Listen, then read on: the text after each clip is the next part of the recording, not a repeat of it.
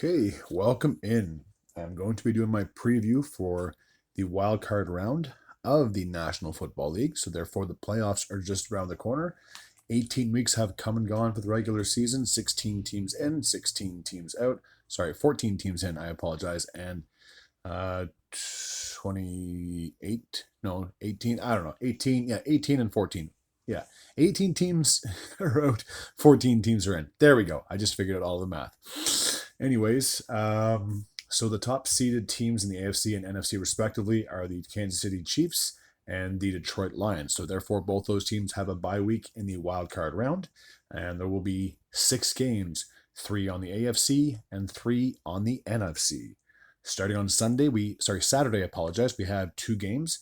The first game has the Houston Texans, and they're playing host to the Los Angeles Chargers. So this is going to be the 10th meeting in their history. Some of the games, or most of the games, were with were the San Diego Chargers, and then they did end up moving to Los Angeles. But Houston's always been in Houston, so they haven't relocated yet. So this will be the 10th meeting, as I said. The Los Angeles or San Diego Chargers, they lead the series 6-3. This is going to be the first time these two teams have met in the playoffs. Justin Herbert, he is definitely an elite quarterback in my mind. And with Jim Harbaugh, those two are like a match made in heaven. I can't rave enough about how Jim Harbaugh can literally change a franchise around, not just in the NFL, but obviously in the college league as well. When he first got his first head coaching duty was in San Francisco. He had a poor team. He led them to an above 500 record and a playoff appearance, I do believe. And then in his first year in Michigan, he took them from a poor team, and I'm pretty sure he turned that into a playoff team as well. And this is his first year in Los Angeles. And big surprise, the Chargers were poor last year, and now they are in the postseason. For the Houston Texans and CJ Stroud, this is going to be their second consecutive year in the playoffs. Their second consecutive fourth seed as well. I'm pretty sure they were the fourth seed last year, if I'm not mistaken. They won that game against, oh my gosh, why am I having a brain fart now? Who did they play last year in the wild card? I know they lost in the divisional round. Oh wow. Either way, this is their second consecutive wild card game. For the Texans, I'm a little worried. I'm not going to lie. They struggled down the stretch. They could have eased. They should have gotten 11, possibly 12 wins. Not saying they underachieved. I didn't think they were going to be the top two in the top two of the AFC, but they could have been, 12-5. They could have easily finished third, which would have been a huge step forward in his second year and in this young Houston Texans squad. But unfortunately, they lost 2 of their last 3 games, and they end up dropping and settling, I should say, for the fourth for the fourth seed in the AFC.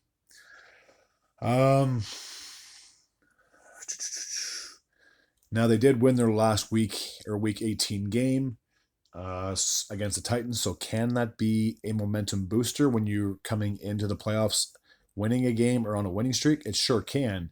But if I had to make my prediction between the two teams who I think is going to win the matchup, I'm going to give the edge to the Chargers.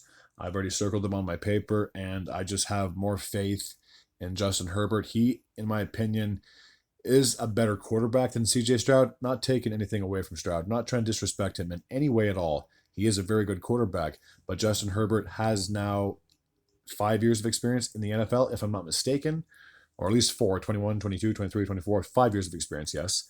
And this is the second time he's made the postseason. So 2 of those 5 years, he's made a postseason appearance. His first time was in the 2022-23 campaign, where they unfortunately lost to the Jacksonville Jaguars. And I'm sure they want to get over that nightmare because I'm pretty sure they had a huge lead in that game, and then they ultimately lost the game there. So yeah, I'm going to give the edge to Los Angeles in this matchup. I believe they should get the victory and propel themselves to an AFC divisional matchup. But against who? That's up for debate. Okay, so the other side, we have the Baltimore Ravens. They are playing host to the Pittsburgh Steelers.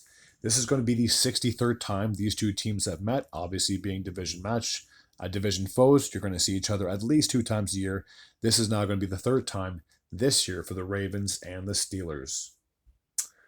Where are we? So Pittsburgh leads the series 36-26.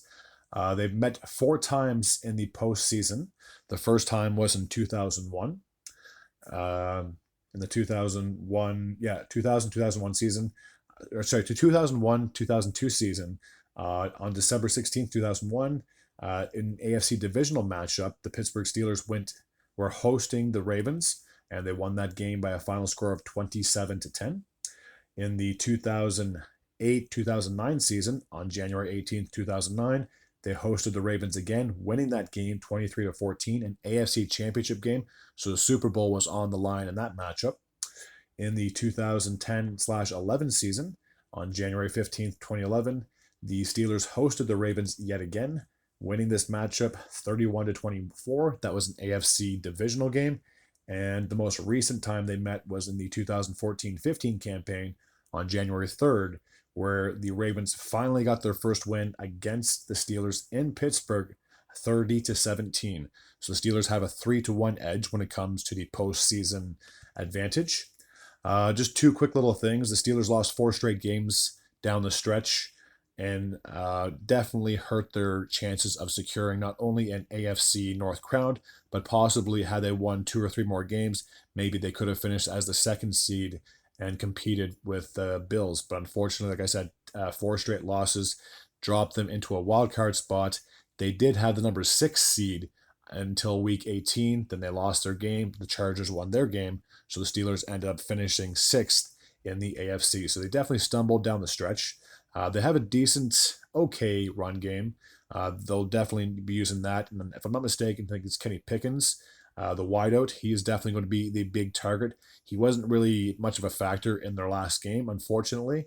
On the other side of the ball, with the Ravens side, you have a potential MVP candidate, although I do believe Josh Allen should get it, in my opinion.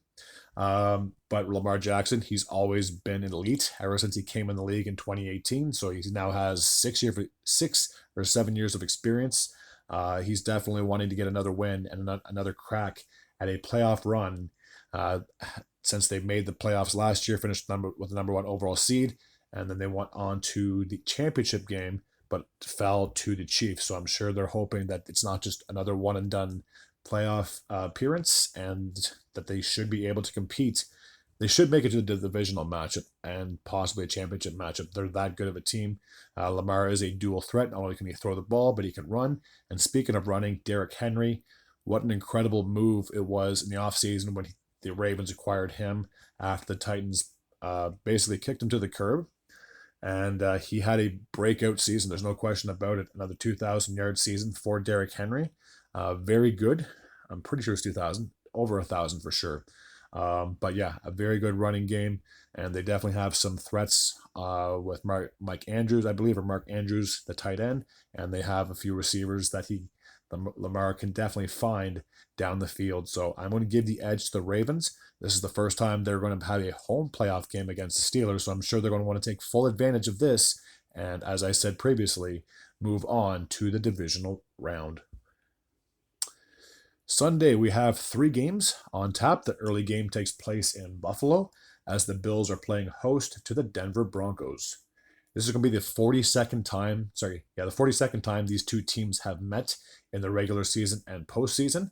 The Bills lead the series 23-17-1. Yes, there was a tie between these two teams. The only time they met in the playoffs, and there was a pretty big stage to say the least, was in the, 1992 AFC Championship game. So that would have been the 92-93 year. On December 12th, the Bills would win that game 27-17. There's really 2 factors that I look at when it comes to this matchup. The Bills offense and the Denver D. I truly believe the Bills should get a victory. Josh Allen, in my opinion, is definitely the league MVP, if not definitely in contention, in my opinion. Yeah, he's an elite quarterback. He can definitely throw it, and he can easily run it as well. I think he was the first quarterback who ran for X amount of yards and threw for that as well. So he's beast. Like he is in beast mode to say the least. And as for Denver, if they had a shot in hell, I would love for them to win because they are my team. But I am going to end up picking against them. I just think the Bills are just that big. Like yes, you can say defense wins championships, but offense definitely helps. But again, the Broncos do have a good defense. They actually led the league in sacks with 63. Patrick Surtain II is definitely an elite corner in this matchup. I can see Amari Cooper going up against him. Otherwise, maybe their number 2 or 3 receiver. But I wouldn't be surprised if Cooper, who is their number 1 guy, goes up against Patrick Surtain II, or maybe the Bills, you know, do pull a page out of the Bengals book and put their number 2 receiver on Surtain, and then try to get Cooper as many catches as possible to help this team move on to the divisional matchup. So yeah, the only way Denver's going to propel themselves to a win would be if their defense just shut down Josh Allen, whether it was running or throwing, and Bo Nix just played out of his mind. Like he has played great. If it wasn't for Jaden Daniels, you could almost argue that Bo Nix should be or could be the rookie of the year or offensive rookie of the year. But I truly think Jaden Daniels from the Washington Commanders will get that title.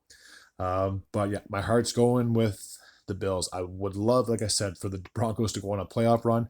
And obviously, if Denver won this matchup, it would set up a divisional game against the Chiefs, which I think would be an epic showdown considering the Broncos gave the Chiefs a run for their money in the regular season in Kansas City. It came down to a field goal. It got blocked.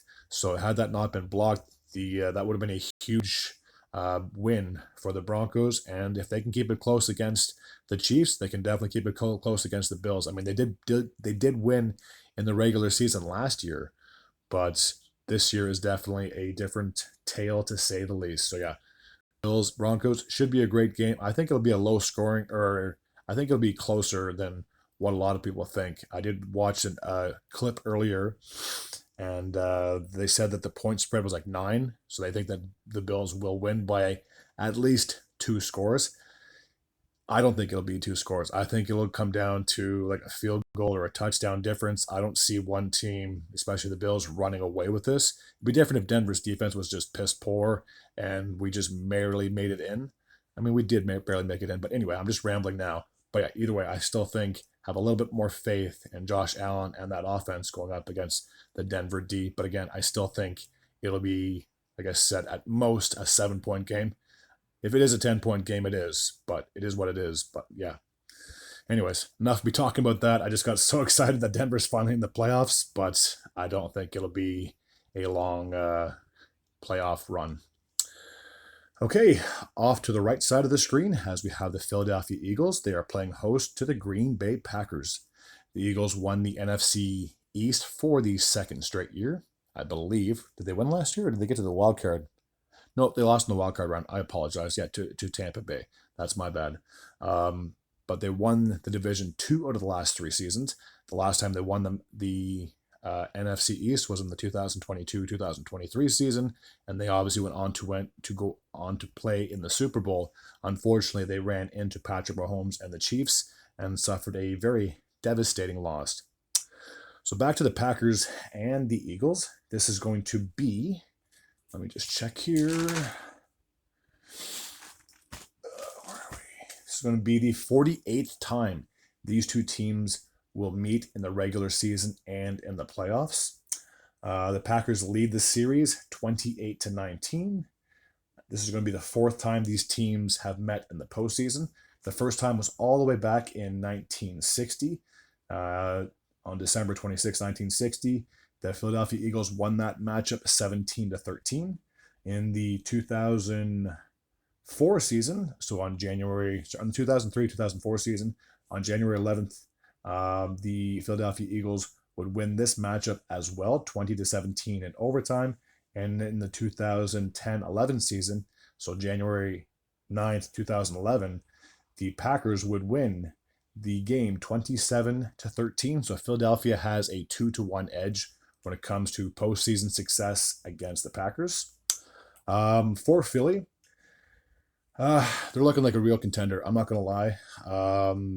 Jalen Hurts is playing really well, and if it wasn't for the Lions or Vikings, the Eagles easily could have gotten home field advantage throughout the postseason. But like, there's a lot of good teams in the NFC, especially this year. As for the Packers, they lost two of the last three games, dropping them down into seventh place. Had they won one or two out of their last three games, they could have finished sixth and taken on the Tampa Bay Buccaneers. But unfortunately, they have a date with Philly, which will be challenging. I'm not going to lie. Um, what is it? For the Green Bay, Josh Jacobs is having a fantastic, or had a fantastic year, rushing over for over 1,300 yards in his first season with Green Bay since coming over from Las Vegas. So he's definitely fitting in to Green Bay's system, and they're definitely buying into his abilities as well. What do I have written down here? Last week, Jordan Love did get hurt, but he is obviously going to start this week against the Eagles. But they did lose Christian Watson for the remainder of the postseason. So even if they make it all the way to the Super Bowl, they're not going to have Christian Watson there. That is a huge blow for this Packers offense. Other guys will have to step up their game if they want to have a chance in taking down the Eagles. These two teams met in week one of the season in Brazil, the very first NFL game down there. The Eagles would go on to win that game by a final score of 34-29. Staying with the Eagles, Saquon Barkley, who also is playing in his first season with a different team, obviously came over from the Giants. He ran for over 2,000 yards for the first time in his career, and I guarantee they will be run heavy in this game, to say the least. I can easily see a lot both of these teams running the ball more than they will pass it, because they both have really good running backs. And if I'm not mistaken, I did see a post that showed a few different faces for players in the NFL, and Saquon Barkley was in talks of league MVP. I don't think he'll get it because of Josh Allen, but a very good season, to say the least. I'm going to give my pick and the edge to the Philadelphia Eagles in this matchup. Like I said, they just have on paper, they just have the better team. They've had the better season, and I believe they should move on to the divisional matchup and host at least one more playoff game. And the Sunday evening, night game, depending on where you live, has the Tampa Bay Buccaneers, and they're playing against the Washington Commanders. This is going to be the 27th meeting between these two teams in the regular season and in the postseason. They've met three times in the playoffs. The first time was back in the 99-2000 season on January 15th, 2000. The Tampa Bay Buccaneers hosted the Washington Commanders, and they would win that game by a final score of 14-13. Well, technically, they were the Redskins back then. In the 2005-2006 season, on January 7th, 2006, they would meet in a wild card matchup, and the Washington Commanders would win that game 17-10. And their most recent matchup was in the COVID year, 2020-2021, on January 9th, 2021. Tom Brady and the Buccaneers, that's when they went on their Super Bowl run, would defeat the Washington football team at the time 31-23. So the Tampa Bay Buccaneers have a 2-1 playoff edge over the Washington Commanders. These two teams met in week one in Tampa Bay, so it's basically like deja vu all over again. The Tampa Bay Buccaneers would win that game by a final score of 37-20. For Tampa Bay, they have now won 4 straight NFC South titles. This is their second one with Baker Mayfield. The other two obviously were with Tom Brady. The Buccaneers will be eyeing Mike Evans a lot in this.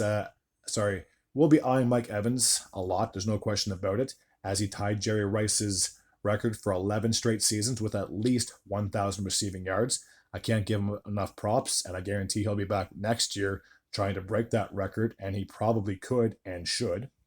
Jayden Daniels, he will be Rookie of the Year. I have talked about him just recently in this video. There's no question about it. Like, without Jayden Daniels, I don't think Washington would be as successful as they were. There's no ands, ifs, or buts about it. And if they didn't have the Eagles in that division, they could have easily gotten that gotten the NFC East title, but the Eagles are just a little bit better than the Commanders at this point. This is obviously the last time the Commanders were in the playoffs was when I just previously talked about them taking on the Buccaneers. So these two teams met just 4 years ago, I guess you could say. So there might be some of the same players on offense or defense, respectively. Um, there's so much I really could break down, but I still have another game to cover. I'm going to give the edge to the Buccaneers. I just think that Baker Mayfield, he is definitely an elite quarterback. And if you're a Browns fan, that's probably the last name you want to hear. You're probably still bitter about him getting traded away, but it's business. And unfortunately, you can't go back in time. So he's definitely, in my opinion, turned a new leaf. He's definitely seemed like the Baker that he was supposed to be at this point with the Browns, but unfortunately, it didn't last that long there. So I'm sure Tampa Bay is giddy that they got him under center. So I truly think that Tampa will get the victory. And depending on how the rest of the NFC goes, this could either be their last home game, or if the number 1 and 2 teams lose in the divisional matchup, then they could possibly host a championship game. But that might be that might be dreaming more than anything. Yeah, so I think Tampa Bay for sure will take this matchup. And the last game takes place in Los Angeles as the Rams are playing host to the Minnesota Vikings. These two teams, this was going to be the 49th time that these two teams will meet in the playoffs. Sorry, the 49th time these two teams will meet in the regular season and in the postseason. Of all the playoff matches, these two teams have met the most. This is going to be their 1, 2, 3, 4, 5, 6, 7th, 8th time. The overall series, Minnesota leads at 27-19-2. And in the postseason, I have it written down here, Minnesota. Well, I'll go over the scores first, and then I'll talk about who is leading in the playoff series. First, before I talk about their past, these two teams are pretty familiar with each other, considering they just met in week number 8 of the season. It was in Los Angeles, so this is basically deja vu, just similar to the Tampa Bay and Washington game that I just talked about recently. These two teams met, like I said, week 8, 30-20 would be the final score in favor of the Rams. So the second time these two teams will play each other in the same season. The first time that Los Angeles and Minnesota met in the playoffs was in the 1969-1970 season. They met on December 27th in a Western Conference Championship, so I'm guessing that must be like an NFC Championship game now. Minnesota would go on to win that game by a final score of 23-20. The next time these two teams met was in the 1974-75 season on December 29th, 1974, an NFC Championship game. Minnesota would win this by a final score of 14-10. 2 years later, they would meet again in an NFC Championship game. Again, Minnesota hosted the Rams, winning this game 24-13, and that was on December 26, 1976. They would meet again the following year in a divisional game on December 26, 1977, so the exact same date a year later, but in the divisional matchup this time, Los Angeles hosted the Minnesota Vikings, but they still lost to Minnesota 14-7. The following year, the Rams again hosted the Minnesota Vikings in 1978 on December 31st, basically Christmas Eve. And finally, LA would get their first win against the Vikings in the playoffs by a final score of 34-10. They finally took a decade break after meeting 3 straight years in the playoffs in the 1988-89 season on Boxing Day, so therefore December 26th, 1988. The Minnesota Vikings hosted the Los Angeles and won that game in a wild card game, 28-17. And in their most recent contest was in the 1999-2000 season. In the divisional game on January 16th, the St. Louis Rams, they did relocate 95, I believe, would host the Minnesota Vikings and win this high-scoring matchup 49-37. So Minnesota has a 5-2 lead when it comes to playoff success against the Rams. Down the stretch, the Rams struggled. The Rams struggled, not down the stretch, I apologize. At the beginning of the season, they started off 1-4, very poor. At that point in the season, I was pretty much ready to write off the Rams. I thought this is just going to be another wasted year, and Matthew Stafford's not getting a year younger. And they actually finished the year 10-7. So after the 1-4 start, they actually made a 9, and they won 9 games and only lost 3 to improve their record to 10-7, claiming the division for the first time in 3 years, I believe. So they're going to be hosting their first game because they made the playoffs last year as a wildcard team, but they lost in Detroit. And in the 2022-2023 season, they didn't qualify for the playoffs. So yeah, this is going to be their first home playoff game since 2021-2022 when they went on to win the Super Bowl. The Rams have some veterans on their team that could help propel them to a victory. Cooper Kupp, obviously, still a very good wide receiver in this game. And they got a run game, and obviously having Matt Stafford behind the line of center, he's been around the block. So you can't really count the Rams out in this particular matchup. As for the Minnesota Vikings, despite the fact that they finished 14-3, they would finish as a wild card team. Pretty much in almost every other division, if you finish 14-3, they would have won that respective division. But the Lions had one more win than they did, and obviously they beat the Vikings on the last week of the season. So they fell to the number 5 spot, and I'm sure they're a little bitter about how they have 4 more wins than the Rams do, but they don't get to host a playoff game unless they get to a championship game and the top 4 seeds lose out. Then I don't see playoff football in Minnesota, at least in this playoff run. Sam Darnold, what can you say? As long as you get out of Carolina and New York, then you could succeed anywhere you go. I don't think many people, especially myself, really thought Minnesota was going to do much this regular season. I had the Lions first and the Packers second in this NFC North, and they proved me wrong. And they did it all with Sam Darnold, who a lot of people didn't think he had much football left. And at this point in his career, they thought maybe he was a backup. And he was a backup because they did draft J.J. McCarthy. Unfortunately, he got hurt in the preseason and wasn't able to play a snap in the regular season. Sam Darnold took over, and he led this team on a 14-3 regular season run. Unfortunately, they had a huge hiccup last week against the Lions, as I previously mentioned. And but I think he can bounce back. I think the Vikings can bounce back, and they got Justin Jefferson, a very good wide receiver, probably one of the best. You could say he's the best receiver in the game.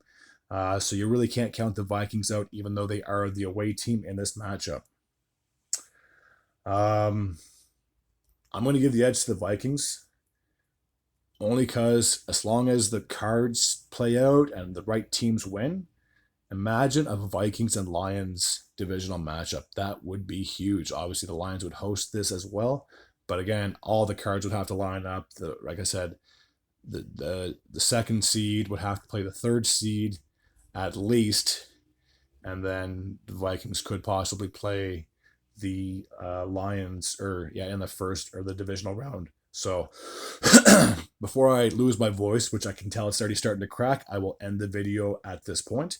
But yeah, those are going to be my predictions for the wild card round of the NFL playoffs. I am so excited that the playoffs are finally here, and I plan on watching every single game. I do not want to take my eyes off the TV this weekend, especially when it comes to football. I don't know about you. If you guys happen to like this type of content, feel free to leave your predictions in the comment section below. I would love to hear from the community. That'd be fantastic. And as always, if you're new to this channel and you like this type of content, feel free to hit the sub button. I'd be very grateful and very appreciative as well. Until next time, and as always, take care.